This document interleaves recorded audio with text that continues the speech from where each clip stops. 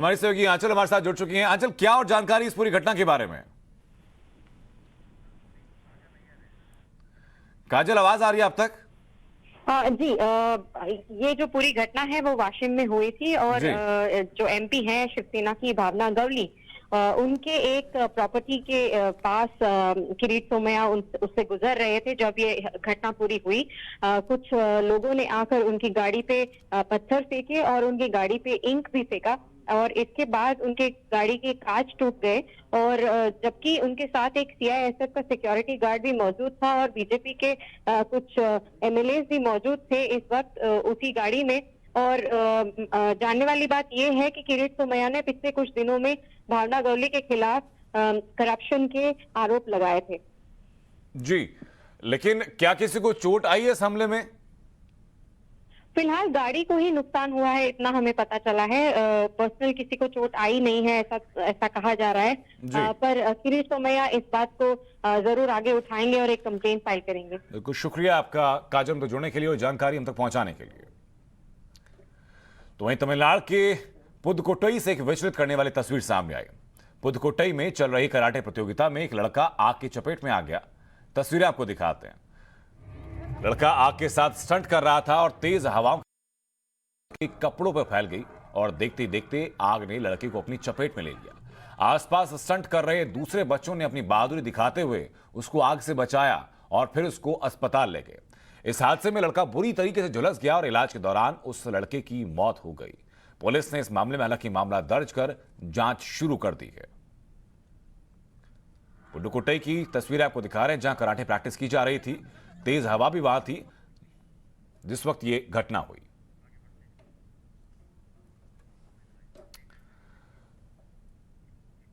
अब तक आपने अफगानिस्तान में तालिबानियों की क्रूरता की कई तस्वीरें देखी होंगी, लेकिन अब आतंक की जो कहानी आपको सुनाने जा रहे हैं उसको सुनकर आप कांप उठेंगे।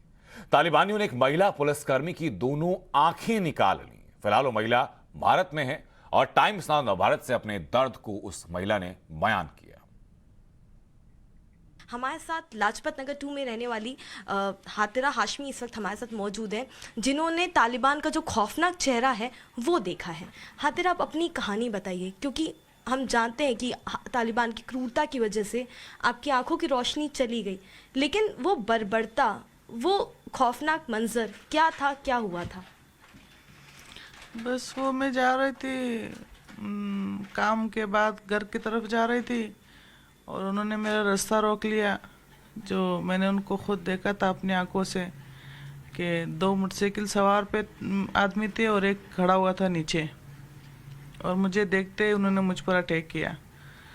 और गोलियों लगने के बाद फिर तब तक तो मैं खड़ी थी, कुछ मुझे नहीं लगा मुझे ऐसे कि मुझे ज़ोर से लगा है। जब सिर पे गोली लगी फिर उसके बाद मुझे कुछ होश नहीं रहा और उसके बाद मुझे इन्होंने मेरे आंखें चाकू से निकाल दिया गए, दोनों आंखें, और 8 चाकू और भी यहाँ हाथ से इस हाथ तक इस पूरे हिस्से में चाकू लगे मुझे, और 8 मुझे ब्लूट लगे। और बस उन्होंने कहा कि अब तो ये ज़िंदा है ही नहीं। उन्होंने ये सोचा कि अब ये मर चुकी है और उनके बाद वो चले गए थे। और जब उनको पता लगा कि अब भी ये ज़िंदा है, उन्होंने फिर भी मेरी तलाश शुरू किया था। मैं गजनी से काबुल आ गई थी, वहाँ पर मेरा थोड़ा बहुत इलाज हो गया और उसके बाद फिर हमारी कोशिश यही थी कि मैं हिंदुस्तान जाऊँ अपने इलाज के लिए। और डर के मारे जो मैं उनके हालात देख रही थी, क्योंकि जब तक यहाँ पर मैं आ रही थी 2-3 महीने थे, जब मैं सो जाती थी तो नींद में भी उनका ही हालात मुझे नींद में भी आती थी, उनका ही चेहरा आता था। और डर के मारे तो ना दिन में मेरा नींद था ना रात में, क्योंकि पहले तो देख सकती थी और उन्होंने मारने के बाद जब मुझे मारा तब तो मैं देख भी नहीं सकती थी। और मुझे अपना घर का चिंता रहता था, अपने बच्चों का रहता था, अपने आप का, और सबसे बड़ी बात कि मेरी पति का, क्योंकि वो उनको भी बोलते थे कि ये क्यों पुलिस में गई। हमने आपको कहा था, मना किया था कि आपकी बीवी पुलिस में नहीं जाएगी, उनको मना करो, आपने मना नहीं किया। और अफगानिस्तान में तालिबान के आतंक की कहानी आपने सुनी, लेकिन ये कोई पहली महिला नहीं है जिनके साथ ऐसा सलूक हुआ हो, नहीं इकलौती। भारत आई 2 और अफगानी महिलाओं का भी दर्द सुनवाते हैं आपको।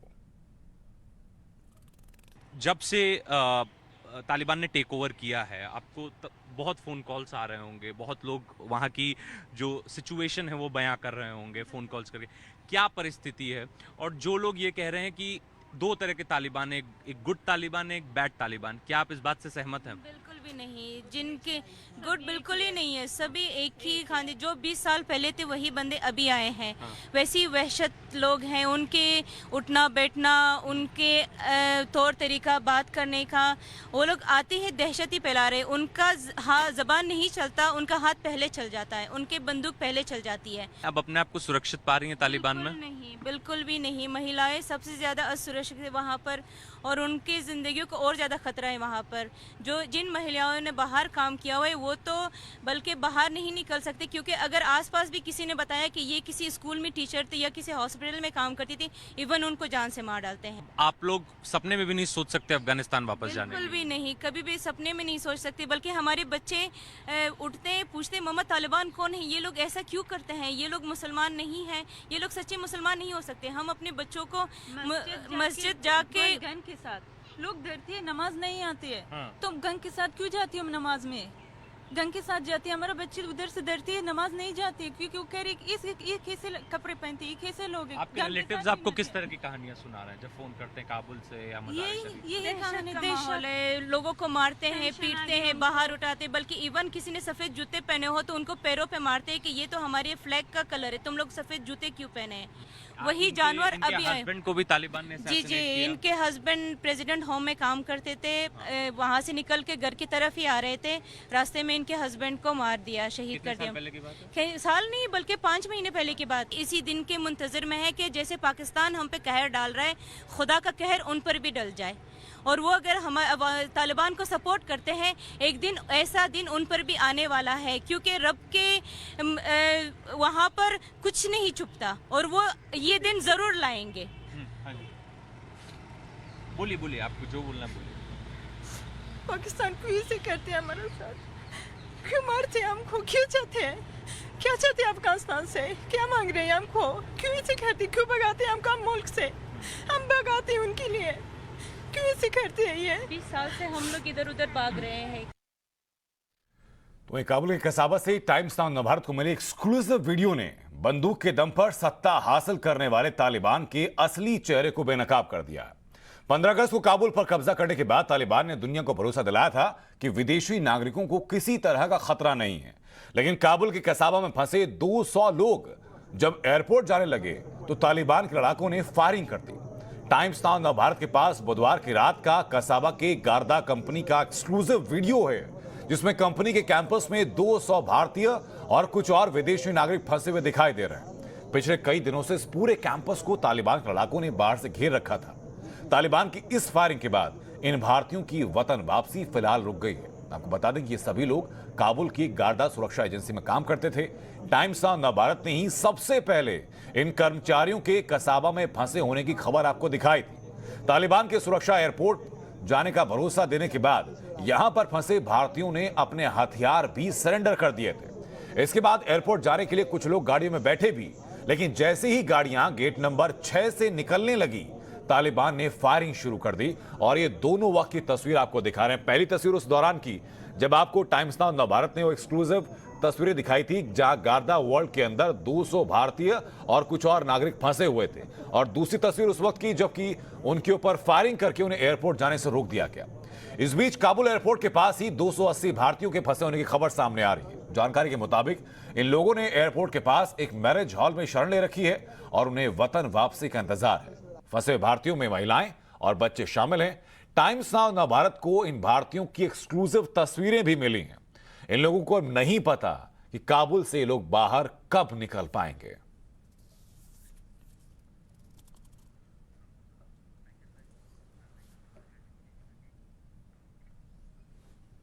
वहीं पीएम मोदी ने आज आतंक पर करारा प्रहार किया। सोमनाथ मंदिर में कई योजनाओं के उद्घाटन के मौके पर उन्होंने कहा कि आज तक वो आतंक से नहीं कुचला जा सकता। दुनिया आतंक की विचारधारा से पीड़ित है, लेकिन आतंक का स्थायी अस्तित्व नहीं हो सकता।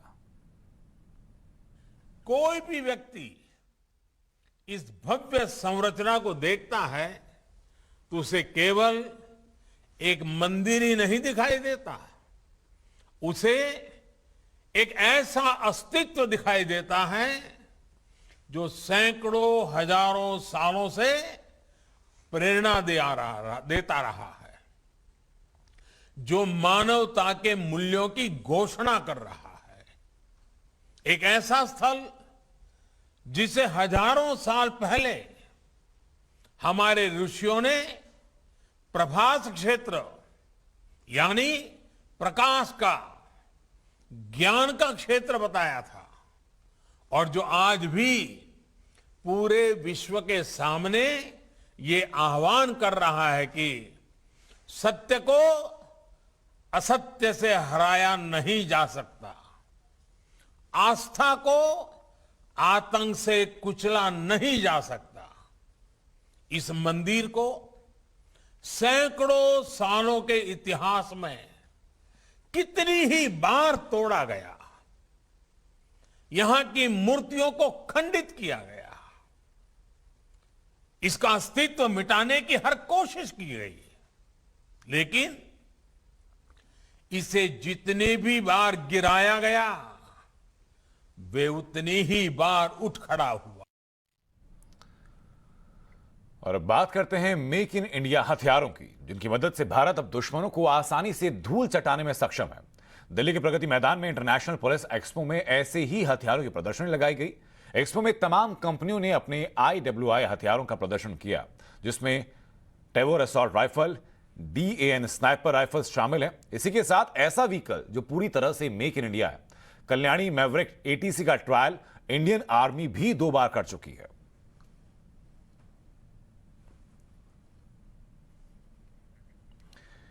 ये प्रगति मैदान के एग्जीबिशन की तस्वीरें आपको दिखा रहे हैं।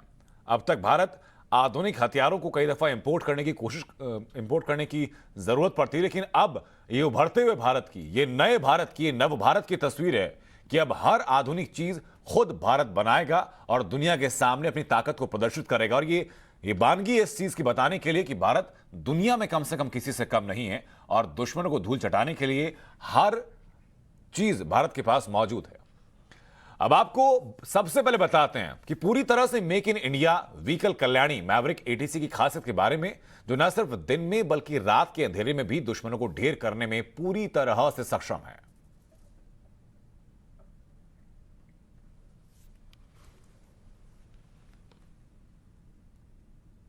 मैवरिक ATC ये वो व्हीकल्स है जो 50 kg के साइड विस्फोटक को बड़ी आसानी से झेल सकता है। इसके जरिए जवानों को खासतौर पे उस इलाके में जहां पर टेररिस्ट का खतरा ज़्यादा हो, ऐसे इलाकों में जवानों को एक जगह से दूसरे जगह तक आसानी से ले जाया जा सकता है। अगर इस पूरी गाड़ी की बात की जाए तो इसमें बाकायदा बताया जा रहा है कि 14 से 15 जवान आसानी से जा सकते हैं। साथ ही साथ ऊपर जो है स्पेस दिया हुआ है जहां पर LMG के साथ एक जवान जो है वो तैनात हो सकता है। गाड़ी के अंदर बाकायदा जगह दी गई है जिसमें जवान अपने हथियारों के साथ आराम से बैठ सकते हैं। और ये गाड़ी जो है पूरी तरीके से हाईटेक है, ऑटोमेटिक है, AC अंदर है, साथ ही साथ विस्फोटक की मारक को भी झेल सकती है। और जिस तरीके से पुलवामा अटैक हुआ, ऐसे में ये गाड़ी जो है वो बेहद कारगर साबित हो सकती है, खासतौर पे ऐसे इलाके में जो काफ़ी संवेदनशील इलाके हैं, जहां पर जवानों को एक जगह से दूसरी जगह ले जाने में काफ़ी खतरा रहता है। इस बात का डर रहता है कि कहीं विस्फोटक के जरिए उन पर हमला न किया जा सके। ऐसी जगह पर ये गाड़ी जो है बेहद कारगर साबित होती है। फिलहाल इसका ट्रायल जो है वो आर्मी कर चुकी है, लेकिन निश्चित तौर पर इस तरह की गाड़ी से खासतौर पर जो अटैक है, टेररिस्ट अटैक, उससे आसानी से बचा जा सकता है। अनुज मिश्रा, टाइम्स नाउ, नवभारत, दिल्ली। अब आपको दिखाते हैं इजराइल पैटर्न से प्रभावित भारत में तैयार वो हथियार जिसमें नाइट विजन उपकरण लगा सकते हैं और एक पिस्टल किस तरह से पलक झपकते ही मशीन गन में बदलकर दुश्मनों के छक्के छुड़ा सकती है। ये उस गन की तस्वीर आपको दिखा रहे हैं। न सिर्फ दिन में बल्कि नाइट विजन में शानदार काम ये गन करती है। एक अचूक हथियार के तौर पर ये भारतीय सुरक्षा बलों के पास मौजूद रहेगी। भारतीय फोर्सेस जो हैं वो और ज़्यादा हाईटेक होने जा रही हैं, क्योंकि भारत में ही हाईटेक जो गन हैं वो बनने लगे हैं। आप तस्वीरों में साफ तौर पे देख सकते हैं किस तरीके से ये तमाम वो हाईटेक गन्स हैं जिनका इस्तेमाल आगे आने वाले समय में इंडियन फोर्सेस की बात करें या पुलिस की बात करें, ये तमाम फोर्सेस जो हैं इसका इस्तेमाल आगे आने वाले समय में करेंगी। किस तरीके से ये गन है, क्या इनकी खासियत है, आइए जानते हैं। सर, आपसे समझना चाहेंगे, सबसे पहले हम इस पिस्टल की बात करें क्योंकि इसमें आगे साइलेंसर भी लगा हुआ है और अक्सर देखा जाता है कि जब किसी ऑपरेशन को अंजाम देने जाया जाता है उस जगह पे कई जगहों पे इस तरीके की गन की ज़रूरत पड़ती है। क्या कुछ खासियत है इसका, ज़रा हमें डेमो देकर सर।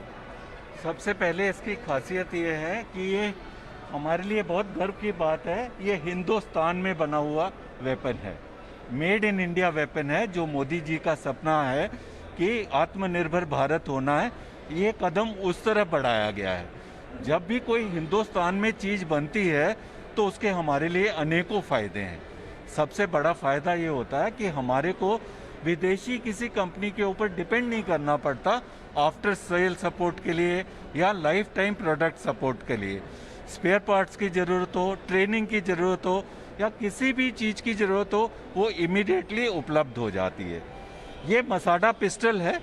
मसाडा पिस्टल बिल्कुल ग्लॉक 19 या ग्लॉक 17 की तरह लगती है, लेकिन ये उससे भी उम्दा वेपन है क्योंकि इसको मेंटेन करना एक तो बहुत ही आसान और सिंपल है। किसी भी टेक्नीशियन के लिए ये एक टेक्नीशियंस डिलाइट कहा जा सकता है। इसके अंदर ये प्रोविज़न दिया गया है कि आप एक साइलेंसर का भी इस्तेमाल कर सकते हैं जो 25 से 30 डेसिबल साउंड लेवल को कम करता है। दूसरा, आप चाहें तो डिजिटल फ्लैश लाइट या लेज़र लाइट भी इसके अंदर इस्तेमाल कर सकते हैं। यानी रात के वक्त अगर बात की जाए किसी ऑपरेशन को अंजाम देने की। बिल्कुल ठीक कहा आपने, रात के समय भी आप नाइट गॉगल्स को लगा के। और इसी बीच एक अहम खबर है कि उत्तर प्रदेश से वीकेंड लॉकडाउन को खत्म कर दिया गया है। पहले शनिवार रविवार लॉकडाउन था, फिर शनिवार का लॉकडाउन हटाया गया, अब रविवार को भी लॉकडाउन नहीं रहेगा। टीम 9 के साथ मीटिंग में उत्तर प्रदेश सरकार की तरफ से यह फैसला लिया गया। उत्तर प्रदेश में घटते हुए कोविड केसेस को लेकर के फैसला किया गया। सरकार की तरफ से, प्रशासन की तरफ से ये बात तय मानी गई कि प्रदेश के अंदर हालात इस वक्त नियंत्रित हैं और इसी के चलते वीकेंड लॉकडाउन को पूरी तरीके से हटा दिया गया। आपको बता दें कि चरणबद्ध तरीके से इस वीकेंड लॉकडाउन को हटाया गया। 2 हफ्ते पहले शनिवार को लॉकडाउन हटाया गया था, उसके बाद अब रविवार का लॉकडाउन भी हटा दिया गया है। और फिलहाल वक्त एक ब्रेक का, बने रहिए टाइम्स नाउ नवभारत के साथ।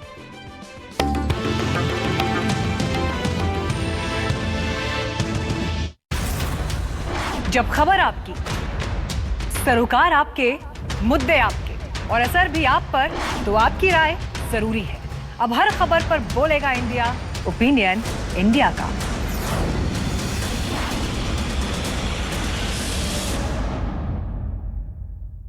अरे कांग्रेट्स प्रभा, लड्डू मिल गए। हाँ, इनकी हेल्थ का मम्मी आज पकौड़े और पापा के लिए करेले। His reports are looking good. Well done, everybody. Oh. आप कैसे हो, मिस्टर गोवर्धन? सच बताओ doctor, I'm fine. Thanks to M Fine. Health की हर जरूरत के लिए M Fine. Download the app now.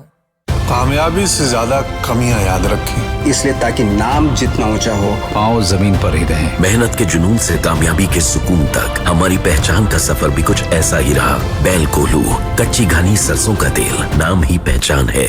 Don't worry, बस एक एक्सरे करा लो। Okay, thank you doctor. Health की हर जरूरत के लिए M Fine. Download the app now. I'm fine. Thanks to M Fine. अब सवाल वो करेंगे जिनकी एक उंगली से सत्ता का परिवर्तन हो जाता है। अब सवाल वो करेंगे जिनके आगे हर सियासत का सर झुक जाता है, जिनके होने से देश में लोकतंत्र जिंदा है। अब सवाल पूछने की उनकी बारी है। अब होगा सिर्फ सवाल पब्लिक का, क्योंकि जब पूछने की बारी है तो सिर्फ जनता ही अधिकारी है। देखिए सवाल पब्लिक का मेरे यानी नाविका कुमार के साथ, सिर्फ टाइम्स नाउ नवभारत पर।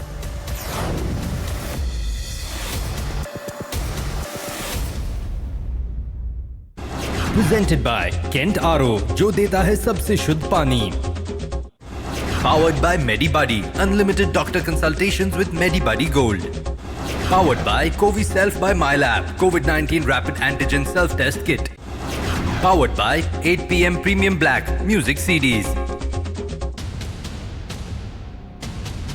खबरें बनाना तो बहुत आसान है, लेकिन असल खबर दिखाना ये हिम्मत हर किसी में नहीं. इसीलिए लगन, जुनून और कड़ी मेहनत से कवर की हुई देश के कोने कोने से निकलती हर बड़ी खबर मैं लेकर आऊंगी खास आपके लिए. खबर जो कहीं नहीं वो आपको मिलेगी सिर्फ और सिर्फ धाकड़ एक्सक्लूसिव में. टाइम्स नाउ नवभारत पर. Powered by Magic Moments Music Studio. Make every moment a magic moment.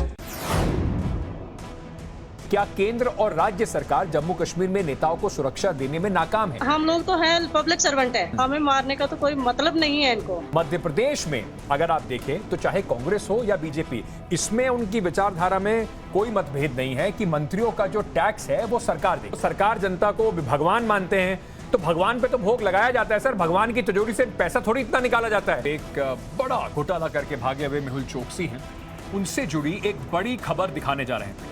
Were you involved in the kidnapping of Mehul Choksi? No, we weren't. In association with Meghdut Madhusunya. Meghdut Madhusunya खाओ, fit and fine health बनाओ.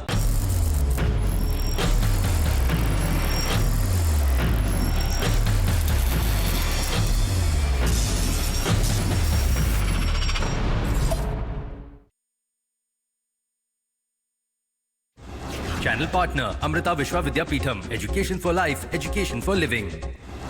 Kent RO, जो देता है सबसे शुद्ध पानी. 8 PM Premium Black Music CDs. Nourish, साधारण छोड़ो, न्यूट्रिशन चुनो.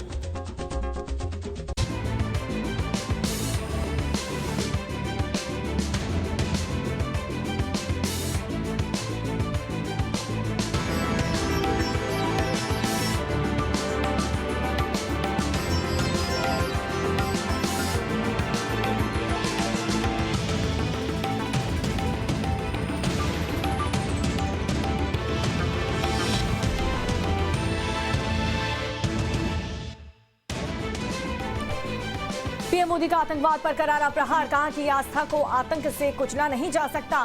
सोमनाथ मंदिर को 4 योजनाओं की दी सौगात.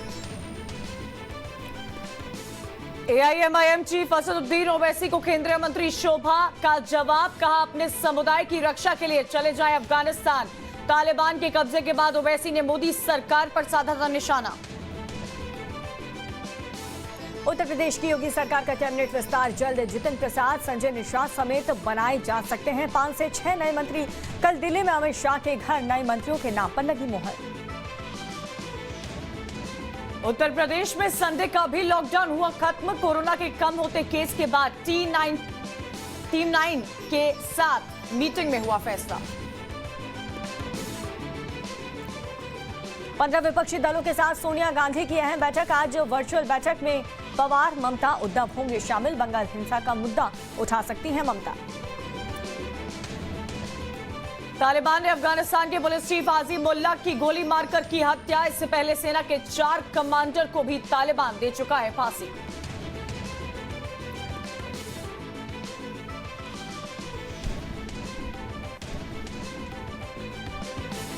नमस्कार, टाइम्स नाउ नव भारत देख रहे हैं आप और आपके साथ मैं हूं दीपिका यादव. मैं हूं आपके साथ कंचन जसवानी. सीधा रुख करते इस वक्त की सबसे बड़ी खबर कर. राहुल गांधी के विवादित पोस्ट पर बड़ी खबर. फेसबुक और इंस्टाग्राम ने पोस्ट हटाया है. पीड़ित की पहचान उजागर करने वाला पोस्ट हटाया गया है. तो देखिए, बड़ी कार्रवाई लगातार की जा रही है. पीड़ित की पहचान उजागर की थी राहुल गांधी ने, जिसके बाद राहुल गांधी के विवादित पोस्ट पर ये बड़ी खबर आपको बता रहे हैं, जिसमें फेसबुक और इंस्टाग्राम ने पोस्ट हटा दिया है. तो ट्विटर के बाद अब देखिए फेसबुक और इंस्टाग्राम पर भी ये कार्रवाई की गई है. फेसबुक और इंस्टाग्राम दोनों ही सोशल मीडिया प्लेटफॉर्म ने पोस्ट हटा दिया है. और टाइम्स नाउ नव भारत ने राहुल गांधी की पोल खोली थी. पीड़िता के परिजनों से मुलाकात कर इस बात को उजागर किया था कि बिना किसी की परमिशन लिए राहुल गांधी ने वो फोटो डाली थी। हालांकि राहुल गांधी का यह कहना था कि परिवार वालों से बातचीत की गई थी, उसके बाद फोटो डाली गई थी। लेकिन टाइम्स नाउ नव भारत की टीम पीड़ित परिवार के पास पहुंची थी और इस बात की पूरी जानकारी पुख्ता तरीके से टाइम्स नाउ नव भारत ने दिखाई थी। तो ट्विटर के बाद अब फेसबुक और इंस्टाग्राम ने भी राहुल गांधी का विवादित पोस्ट हटा दिया है। लगातार टाइम्स नाउ नव भारत ने बड़ा कवरेज किया था कि कैसे राहुल गांधी ने पीड़ित के परिवार वालों की फोटो जो है सोशल मीडिया प्लेटफॉर्म पर शेयर की थी, जिसको लेकर इस राहुल गांधी की पोल टाइम्स नाउ नव भारत ने खोली थी। तो ये बड़ी खबर इस वक्त की आपको बता रहे हैं। पीड़ित के परिवार वालों ने साफ कह दिया था, उनकी मां ने साफ कह दिया था कि हमसे किसी भी तरीके की परमिशन नहीं ली गई थी और राहुल गांधी ने बिना हमारी सहमति पत्र के ट्विटर को ये कहा जवाब में कि हमने सहमति पत्र परिवार वालों से लिया था और उसके बाद ही हमने ये फोटो अपलोड की, जिस पर परिवार वालों ने कह दिया कि हमसे किसी भी तरीके की इजाजत नहीं ली थी राहुल गांधी ने। और देखिए ये बड़ी कार्रवाई फेसबुक और इंस्टाग्राम की तरफ से की गई है, जिसमें राहुल गांधी के विवादित पोस्ट को हटा दिया गया है, जिसमें पीड़ित की पहचान को राहुल गांधी ने उजागर किया था। तो इस वक्त की सबसे बड़ी खबर आपको बता रहे हैं, राहुल गांधी से जुड़ी हुई है। टाइम्स नाउ नव भारत ने राहुल गांधी की पोल खोली थी, जो ट्विटर पर फोटो शेयर की गई थी राहुल गांधी की तरफ से, उसको लेकर ये पूरा विवाद सामने आया था। सीधा रुख करते हमारे संवाददाता गौरव श्रीवास्तव का।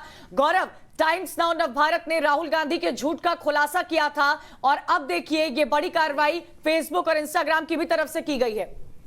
बिल्कुल, देखिए सबसे पहले कार्रवाई ट्विटर पे हुई थी और 9 साल की जो बलात्कार पीड़िता है उसके माता पिता की पहचान जाहिर की थी और उसके बाद जो एनसीपीसीआर है, जो कि बच्चों के अधिकार के लिए काम करने वाला की संस्था है भारत सरकार की, उसने जो है इस बारे में शिकायत की थी। पहले ट्विटर को की थी और उसके बाद फेसबुक और इंस्टाग्राम पे भी उनके पोस्ट जो थे वो एज इट इज से उनको रिमूव नहीं किया गया था। उसको लेकर लगातार शिकायत जो एनसीपीसीआर कर रही थी। बाद में एनसीपीसीआर की शिकायत पर कार्रवाई करते हुए फेसबुक और इंस्टाग्राम, जो कि दोनों ही एक ही कंपनी के हैं, उन दोनों ने ही दोनों जगह से राहुल गांधी के उस पोस्ट को रिमूव कर दिया है।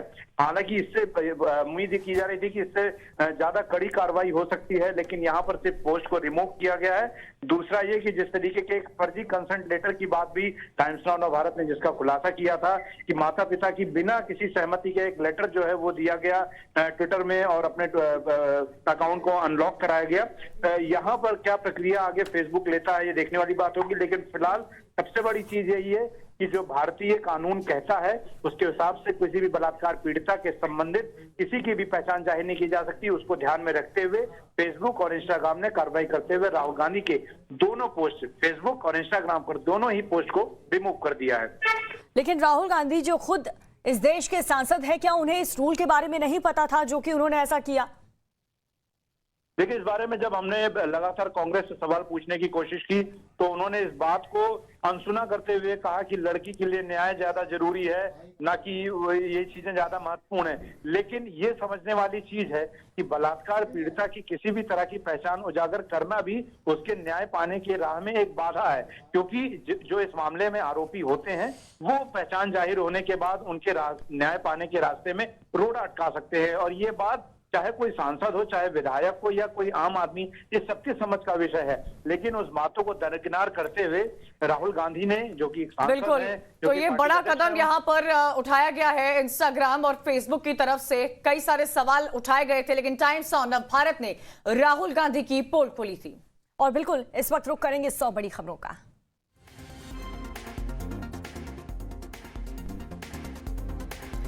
प्रधानमंत्री मोदी ने सोमनाथ मंदिर के लिए नई परियोजनाओं का किया शिलान्यास।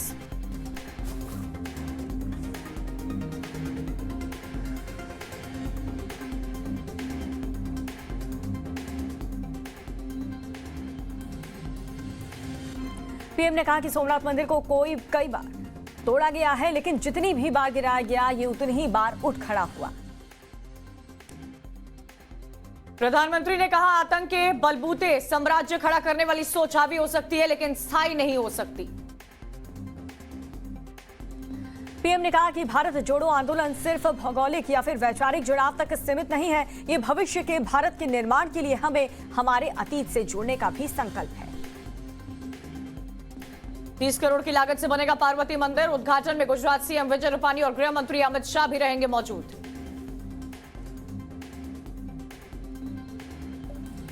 उद्घाटन में गुजरात सीएम विजय रूपाणी और गृह मंत्री अमित शाह भी मौजूद रहेंगे। शिलान्यास से पहले मुख्यमंत्री विजय रूपाणी पहुंचे सोमनाथ मंदिर। यूपी में योगी सरकार के कैबिनेट का जल्द होगा विस्तार। कैबिनेट में 5 से 6 नए मंत्री बनाए जा सकते। कल दिल्ली में गृह मंत्री अमित शाह के घर करीब 3 घंटे तक चली बैठक में कैबिनेट विस्तार पर मुहर लगी। बैठक में बीजेपी अध्यक्ष जेपी नड्डा भी मौजूद थे। संजय निषाद, जतिन प्रसाद, लक्ष्मीकांत वाजपेयी के साथ विद्यासागर सोनकर भी बनाए जा सकते हैं मंत्री। सूत्रों के हवाले से अहम खबर। उत्तर प्रदेश चुनाव में बीजेपी और जेडीयू का हो सकता है गठबंधन। शीर्ष नेतृत्व की इस संबंध में 2 बार हो चुकी है बात। 15 विपक्षी दलों के साथ सोनिया गांधी की अहम बैठक आज। पवार, ममता, उद्धव होंगे शामिल। बीजेपी अध्यक्ष जेपी नड्डा आज से उत्तराखंड के दौरे पर। विधानसभा चुनाव को लेकर के होगा मंथन। चर्चित बिकरू कांड के आरोपी विकास दुबे एनकाउंटर केस में योगी सरकार को बड़ी राहत। सुप्रीम कोर्ट की गठित कमेटी ने दी क्लीन चिट। कहा फेक नहीं था एनकाउंटर। आज राजीव गांधी की 77वीं जयंती। राहुल गांधी ने पिता को याद किया। पीएम मोदी ने भी दी श्रद्धांजलि। उत्तर प्रदेश सरकार का फैसला 20 अगस्त को भूतपूर्व प्रधानमंत्री राजीव गांधी का जन्म दिवस सद्भावना दिवस के रूप में मनाया जाएगा। राजनाथ सिंह ने संसद भवन में राजीव गांधी को श्रद्धांजलि दी। पुलवामा एनकाउंटर में 2 आतंकी ढेर। मौके से भारी गोला बारूद हुआ बरामद। सुरक्षा बलों ने पूरे इलाके को घेरा। 23 अगस्त को जेपी नड्डा करेंगे उत्तर प्रदेश में बीजेपी कार्यकर्ताओं को संबोधित। चुनाव के पहले पार्टी के निचले स्तर तक पहुंचने की कवायद। आज से कर्नाटक के 2 दिन के दौरे पर उपराष्ट्रपति वेंकैया नायडू। भूपेंद्र यादव की अध्यक्षता में अजमेर में आज और कल बीजेपी की जन आशीर्वाद यात्रा। असदुद्दीन ओवैसी ने तालिबान के बहाने मोदी सरकार पर साधा निशाना। कहा अफगानिस्तान पर चिंता जाहिर कर रही सरकार, लेकिन यहां क्या हो रहा उस पर कोई ध्यान नहीं। केंद्रीय मंत्री शोभा ने ओवैसी के तालिबान वाले बयान पर निशाना साधा। कहा कि उन्हें अफगान की महिलाओं की रक्षा करने के लिए अफगानिस्तान भेज देना चाहिए। पंजाब में मंत्रियों के लिए नवजोत सिंह सिद्धू का नया फरमान। हफ्ते में 5 दिन बारी बारी से मंत्री पार्टी दफ्तर में बैठेंगे। उड़यन मंत्री ज्योतिरादित्य सिंधिया का बयान। कहा कि हमारी